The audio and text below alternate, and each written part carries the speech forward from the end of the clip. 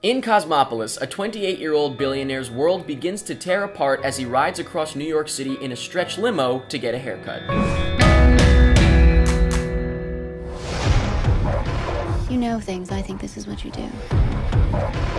I think you acquire information and turn it into something awful. What does it mean to spend money?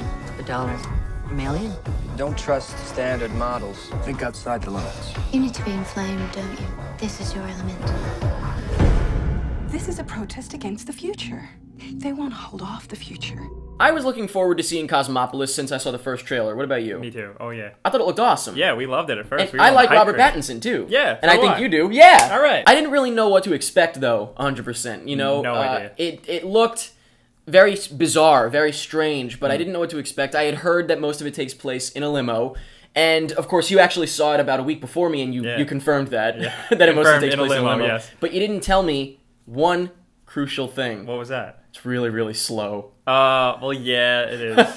I can understand and appreciate what they were trying to do with this movie and what they were trying to say. Obviously, there are some great things being said here, but at the same time, I thought it was, I don't want to say boring, but it was really slow. There was a guy next to me asleep. I'm sorry. He didn't die. It's not that bad, no. He fell asleep. There was a guy next to me that fell asleep, and I kept looking over to see if he was asleep, and he was. So I kind of envied him. It was pretty damn slow. Oh, man. I mean, I could see that because it was very wordy and very conversational. And that was actually a complaint. I almost thought that there were too many points, like too many things they were trying to say. Yeah, some of them didn't really... It was like one sentence and then... Whoop, yeah, but at the same time, I was like totally fascinated with it. I'm not gonna lie, I didn't totally get everything in this movie. Yeah, no, I'm not going to pretend I did either. But I just kind of liked it, you know? And it made me feel smart. Yeah, I want to make it clear. I'm not saying that it was bad at all, and I do appreciate the things that were being said, the things I completely got, because you'd have to see it again, I think, to catch everything. Yeah. But I think my problem with it is that it was extremely monotone. Very. Very, very monotone, except for, like, the barber and Paul Giamatti. Yeah. You know, they were a little like more a exciting. normalness. So let's get a little more detailed with Cosmopolis, starting off with the plot, which we already said was, he goes across New York City to get a haircut, which I thought was funny that it was just that simple little thing drove the whole thing. That was cool. But the writing, I think the writing was a little bit too written. You know what I mean? Like, none of it sounded legitimate. I couldn't tell if that's what they were going for, like something like maybe like Brick.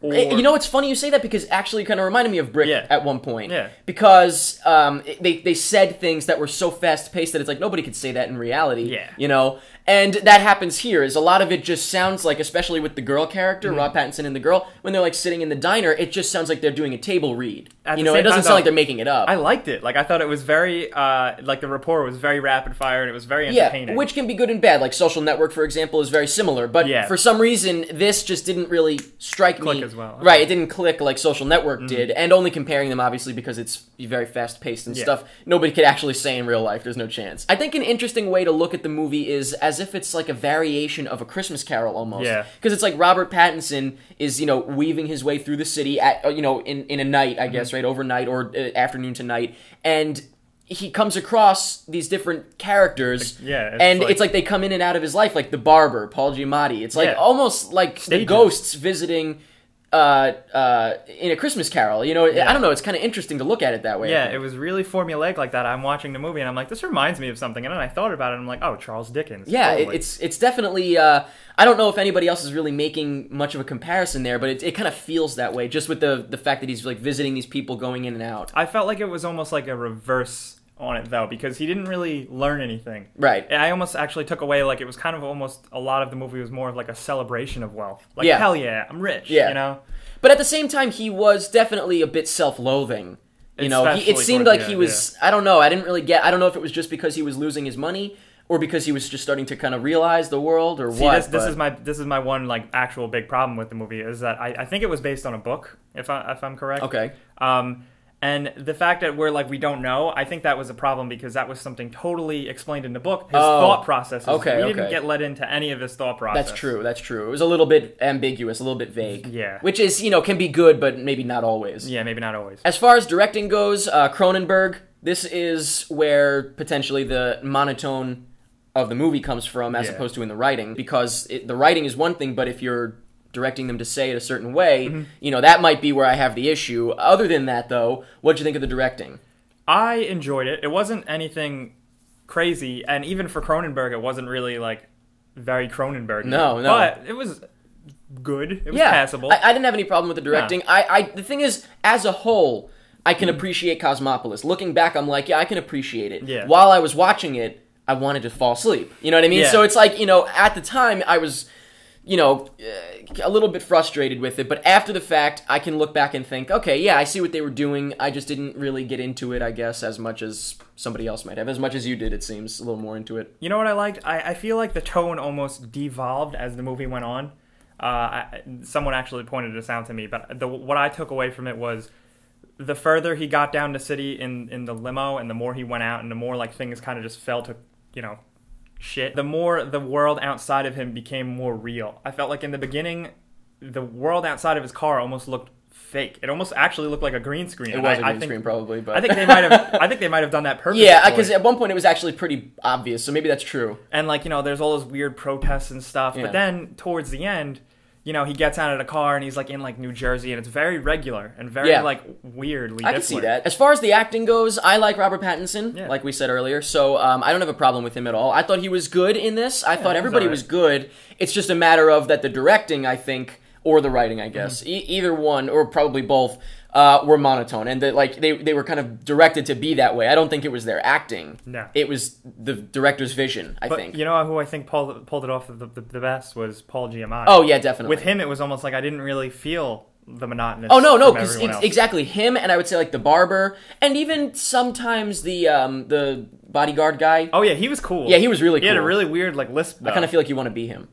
What do you mean? Do you want to be that bodyguard? He was pretty cool. He's not that cool. They, I think, had their moments, especially the barber, I think, was interesting. The barber Giamatti was interesting. So that kind of brought, livened it up a little bit. But other than that, they're not in it for that long. Obviously, you get the idea. We can appreciate it, and you liked it more than I did, but I thought it was a little bit, I don't want to say boring, but I thought it was a little dull. Yeah. You didn't think it was as bad as I did in that sense. Especially after watching it again, I'd probably like it even more. Okay. I don't think I could watch it again. Well, you don't need to watch it with me. Okay, well, I won't. But now we are going to talk about some spoilers about the ending of Cosmopolis. So if you have not seen the movie, please stop watching. Go check it out if you want, and then come back and watch the rest. So go ahead. This isn't really even much of a spoiler section because there's really only one thing. Okay. But yeah, it just kind of ends. Yeah. And it just ends with what? He had the gun to his head, right? Didn't he? But then now I'm trying to remember. Did it end with a bang? Did it end with a gunshot? It did. Did it? Yeah, it went black and then it went. No, it did not. No, I don't it didn't. think. No, it ended without a gunshot. That's why. Otherwise, that would have been definitive. You would know what happened. Yeah. And I'm all for ambiguous endings. Sometimes, I love it. Yeah. Unless it's in this case where it's I guess the thing about it is you don't need to think of what comes next because everything that already happened is what matters. I guess. So it doesn't really matter what happens next because he's already experienced all this stuff. So maybe that's the point. And once again, something I can appreciate looking back, I guess. But at the time, when that ended, I was just like, oh, God. I actually don't know why. I knocked on my head. I went like this. I was like, and I just got up. It's kind of a waste just because I feel like that scene, I'm going to remember that scene for a while. I thought it was it built a lot of tension in a really good way. I guess. And then, it just kind of... It kind of just, it just ends. There's no little payoff, little cap. Nope. But, it is what it is. Obviously, I didn't care for the movie overall, at least while I was watching it. Maybe looking back, you liked it. I enjoyed it. But that's Cosmopolis. So let us know in the comments what you thought of Cosmopolis. Let us know what you think of the acting. What did you think of Rob Pattinson? What did you think of anybody else in the cast? What's Who was your favorite Twilight?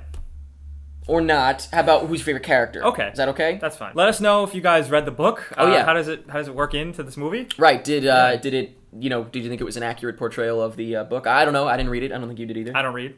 Okay. Let us know anything that you want about Cosmopolis, and that's pretty much it.